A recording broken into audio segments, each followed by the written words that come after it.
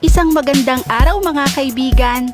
Narito na naman po si Shenshen TV na magbabahagi sa inyo ng kapanapanabik tungkol sa kwento ng pag-ibig.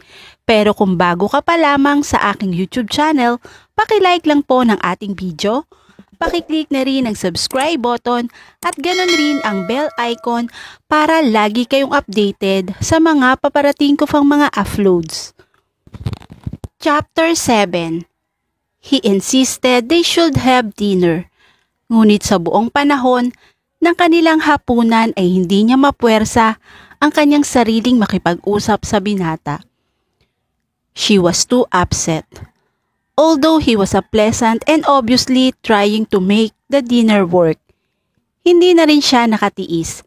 Alam niyang kinakailangang ilabas niya ang lahat ng kanyang sentimiento rito. Kung hindi ay baka sumabog siya sa sama ng loob. Gusto kong magtanong pero natatakot ako, baka hindi mo ako sagutin. All you get mad, anito. Well, talk later, okay? Ganun na lang ang kanyang pagtataka nang pagkatapos nilang kumain ay dalhin siya nito sa isang maliit na townhouse sa isang lumang compound sa Pasig.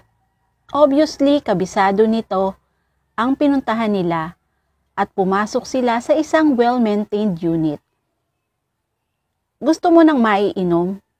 Tanong nito pagkapasok nila. No, thank you. Nagtataka kung ano ito. Tumango siya. Nagtungo ito sa kitchen.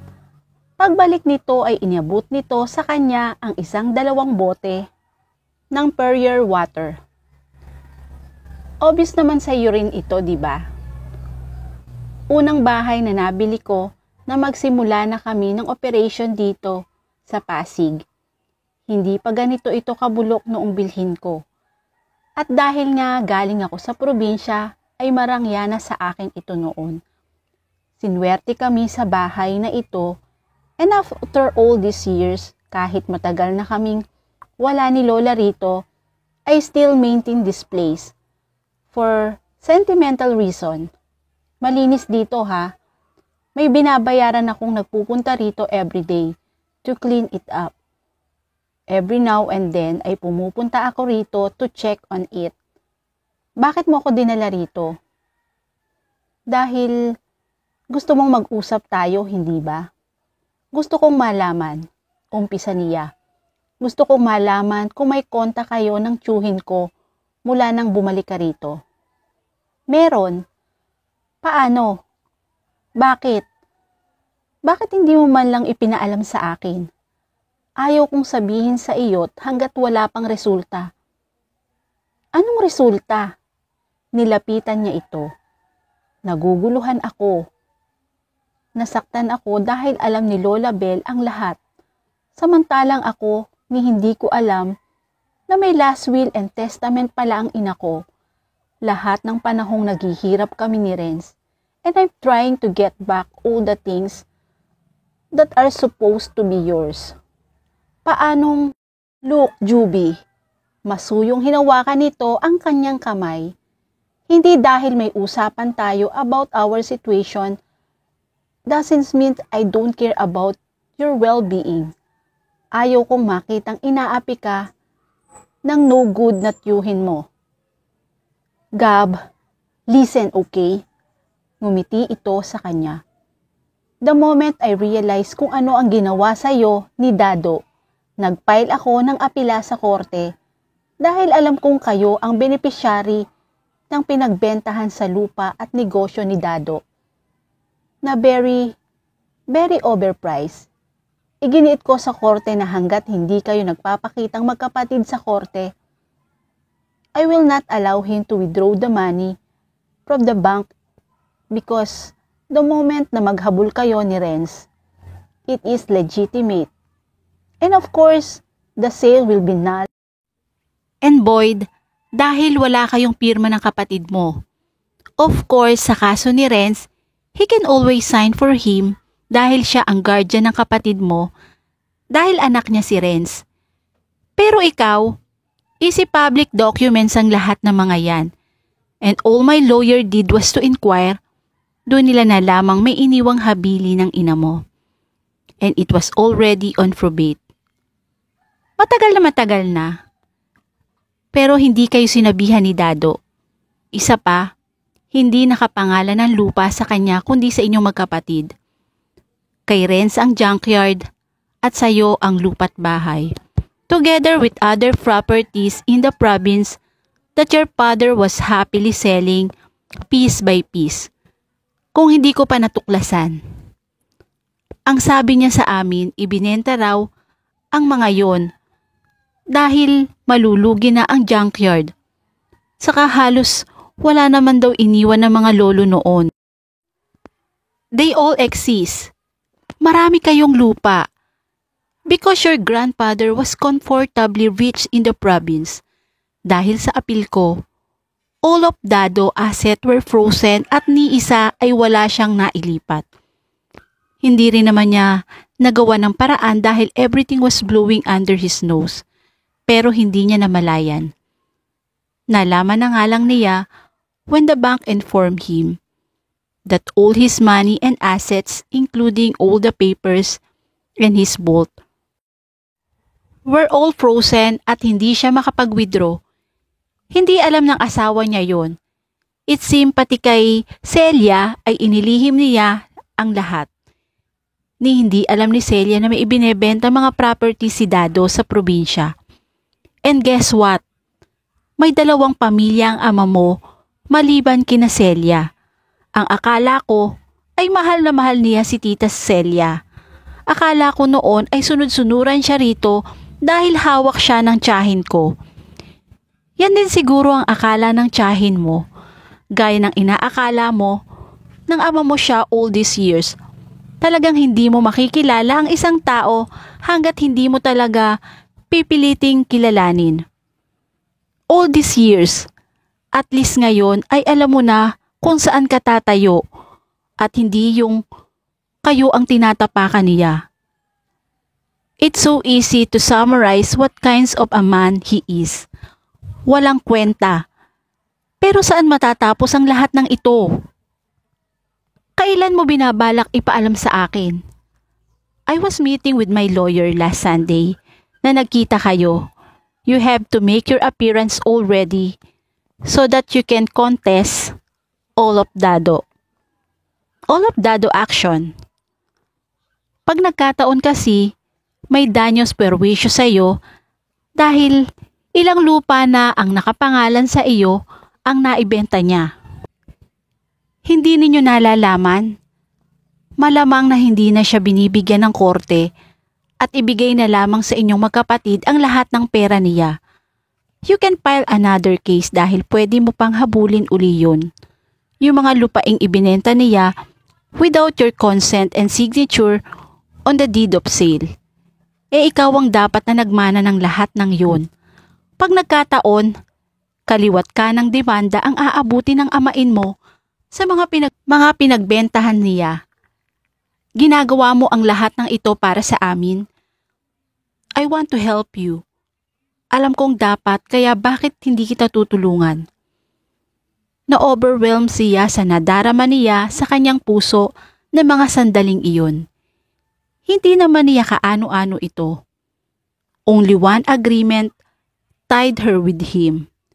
Pero pakiramdam niya, buong buhay niya ay umiikot sa mundo nito.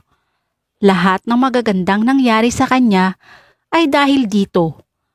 At ngayon, heto at tutulungan pa sila nito sa mga bagay na dapat ay wala na itong concern.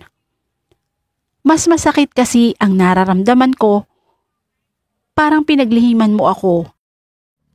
Dahil doon sa panghihiya ni na Ayla sa akin sa mall. I just don't want to raise your hope. Lalo pa kung wala rin lamang kapupuntahan ng kaso. Pero ngayon, maliwanag na and it's very very positive. I don't see any reason why I should tell you. Salamat. Ngayon, does that satisfy you already? Hindi ka nagalit? Umiling siya at ngumiti na siya rito. Hindi na. Kung uulitin natin ang dinner natin kanina, You'll be behaving differently already. Tumango siya. Good. Now, can we stay here for a while and enjoy the company of each other? Minus all these unpleasant things about your stepfather. Yes. Good. Inakbayan siya nito at inakay siya sa sopa. Nang maupo na sila ay binuksan nito ang TV set at muli siyang inakbayan nito. Hindi na siya kumibo. Nang humilig siya sa balikat nito ay hindi ito umimik. Hinayaan niyang maging komportable sila habang nanonood sila ng TV. Na hindi naman niya naiintindihan ang kwento. Pero hindi siya magrereklamo. Halos hindi siya makapagsalita pagkakakita niya kay Lola Bell sa suit nito sa ospital kung saan ito ay nakakonfine. Nakaswero ito at may oxygen tank na nakakonekta sa ilong nito. Ang sabi ng doktor, malaki na talaga yung bukol niya. At kahit masigla siya nitong mga nakaraang buwan, masipag ang cancer cell niya at pati yung ibang organ sa paligid ay nasama na. Saad ng binata. Nagbuntong hininga ito. Hindi ko alam kung ano ang gagawin ko dahil kabilin-bilin niyang wag na wag siyang isa sa ilalim sa kahit na anong treatment. Hayaan na lang daw siya kung talagang oras na niya ay oras na niya. I hate to see her in pain like this. Naiintindihan niya ang nararamdaman nito. Narito ang lahat ng pera at kapangyarihan pero walang magawa ito upang mapigilan ang karamdaman ng minamahal nitong abuela. Nasabi mo na ba sa mama mo? I had to. Sarkastiko ang tinig nito sa sumusunod na sinabi nito. Of course, hindi nagsayang ng panahon ang ina ko. Uuwi raw sila buong mag-anak bukas. To put it simply, hindi pwedeng wala sila dahil baka mawalan sila ng mana kapag ka namatay ang lola na wala sila rito. Hindi naman siguro. Nag-aalala rin yon dahil ina niya ang may sakit. Ina niyang kinalimutan niya. All these years. Ina niya noong nasa Amerika kami ay wala na siyang ginawa kundi ipaalalang anak siya nito at kailangang mapunta sa kanya ang lahat ng pera nito. Shit! Juby, ni hindi ko alam kung ano na ang nakalagay sa last will and testament ng lola. Pakiramdam ko, napakawalang hiya ko. Kung pag-uusapan pa namin yon. Pero ngayon, ni hindi ko alam kung hanggang kailan magkakaganito si lola. Tinignan siya nito. I'm running out of time. I'm sorry, hindi kita matulungan pa dahil you've done enough already. Hinawakan nito ang kanyang kamay at pinisil nito iyon. You being here is so much support. Pililit na lamang niyang ngumiti at tinapik ang kamay nitong nakapatong sa kanyang kamay. Things will get better, Jube. Pinilit niyang pakalmahin ito dahil alam niya kung gaano kagulo ang isip nito ngayon. Gusto niyang maniwalang hindi ganon kasama ang ina nitong si Daniela. At kapag umuwi ito ay magiging maayos na ang lahat. She can only hope for the best. Mula nang dumating si Daniela kasama ang asawang si Rod ay hindi na nagkaroon ng katahimikan sa tahanan na maglola. At sa ospital kung saan nanatili na ang matanda. Malala na ito at nasa final stage na ng cancer nito. Tama si Gab. Hindi nito gusto ang ina nito dahil pagdating pa lang nito ay nakikipag-usap na kaagad ito sa abogado ng ina nito. At iniisyoso ang kayamanan. Hindi pa nakontento. Lahat ng ari-arian, pati na yata kay Gab ay pinag-iintirasan na nito. Nagbitiw na rin ito ng salitang hindi na ito uuwi agad sa Amerika at sa bansa raw muna ito at ang asawa nito. Naging mahigpit din ang pagbabantay nito sa ina. Halos magkulong na ito sa silid ng matanda upang mapatunayan lamang nitong mabait na anak itong karapat-dapat sa salapi nito. Wala naman siyang ginawa sa office ni Gab, aniya. Patungo sila sa ospital. 2 linggo nang nakakumpine doon ang abuela nito. Nagtanong-tanong lang daw siya at nagsabi raw siya roon na siya na ang hahawak ng administration department. Dumilim ang mukha nito. I'm sure nagbibiro lang siya. Dugtong niya. Really? Nakataas ang kilay nito. Pero kung ang ginagawa niya ito ay expectation sa mga bagay na inaasahan nila, I don't think it bode well for me. Umiiling-iling na lamang ito. Bakit hindi mo kausapin ang lola mo? Na-discuss mo ba ito sa kanya? Sinabi ko na yan dati. Mali at hindi tamang gawin ko yun. Lalo pa ngayon, halos hindi na makakilala si lola. Dala ng gamot na laging itinuturok sa kanya. I hardly expected na ganito kabilis ang magiging panghihina niya. Cancer ang sakit niya, aniya. Nagkaroon siguro siya ng remission noon dahil nagpapakemotherapy siya. Pero ngayon, masyado ng maraming komplikasyon at kahit anong gawin namin ay ayaw niyang magpagamot. She requesting that she be sent home already. Naiinip daw siya sa ospital at ayaw raw niyang mamatay roon. Mapait ang tinig nito. I promise her that I will take her home. But by doing that, I'm only giving my mother a chance to stay in our house. I'm sorry kung ganito ako sa ina ko. But I find what she doing right now unforgivable. Huwag mo na lang kayang masyadong isipin ang mga bagay na yun. Naniniwala akong hindi gagawin sa iyo ng lola mo ang pananakot ng ina mo. And I know she has better sense of judgment na ibigay ang pinaghirapan mo sa kanya. Sana nga, Juby. Tinignan siya nito. Sana nga. Magandang umaga ho. Sabado. Bit-bit ang jelly almond na ginawa niya para kay Lola Bell. Nagulat siya nang hindi siya pinadiretso ng nurse dito sa silid ng matanda at napilitang paghintayin muna siya sa sala. Mahigit 1 linggo na rin ang matanda sa bahay. Iniuwi na ito ni Gab gaya ng hiling nito at ngayon lamang siya bibisita rito na hindi kasama ang apo nito. Ikinagulat man niya ang sinabi ng nurse na hindi mapakali. Naupo siya at naghintay ng mahigit kalahating oras bago siya nilabas ng nanay ni Gab. Good morning ho. Ngumiti siya rito. Nanatiling formal ang mukha nito at wala man lang itong imbitasyong isinunod. Madalas ko rin naman ho siyang binabantayan noon, aniya rito. Gusto ko kasi siyang makita. Tsaka gusto ko siyang makausap. Matagal na rin ho kaming hindi nagkakausap. Iba na ngayon.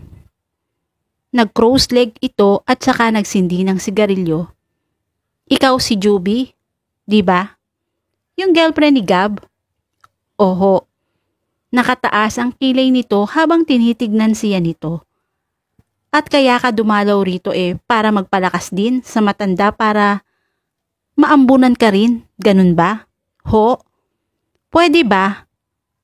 Huwag na tayo magplastikan, Juby. Ibinuga nito ang usok mula sa bibig.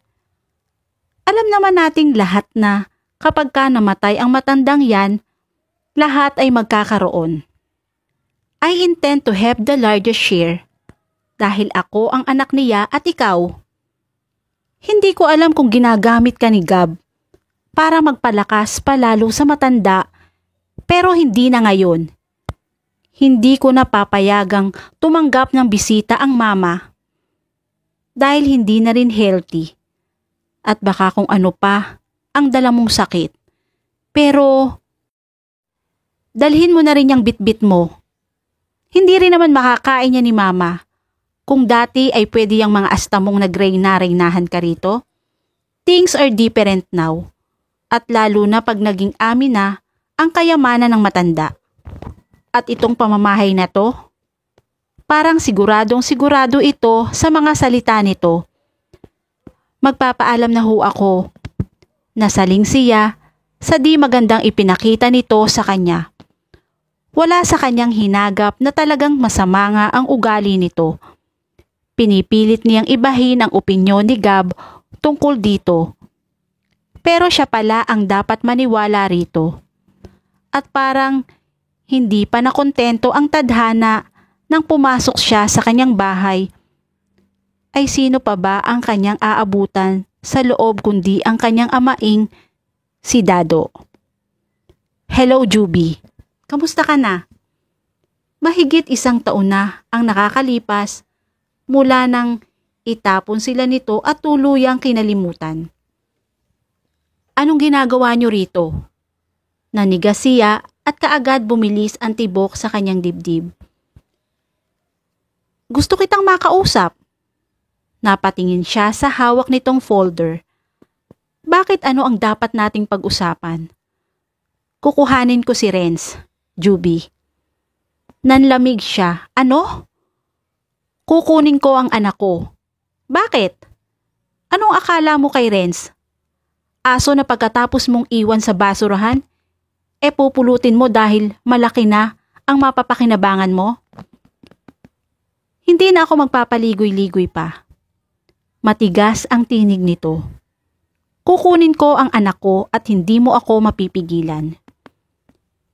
Menor de edad siya at ako ang dapat nakasama niya.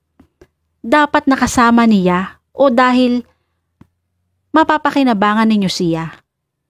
Umalpas ang kanyang galit na kanina pa niya kinikimkim. Nasentro iyon sa lalaking nagbigay sa kanila ng di masukat na hirap na mga nagdaang mga taon. Pinabayaan ninyo kami. Mula nang mamatay ang ina ko ay hindi na ninyo kami itinuring na anak ninyo. Kung tratuhin nyo ay parang mga kasambahay lamang.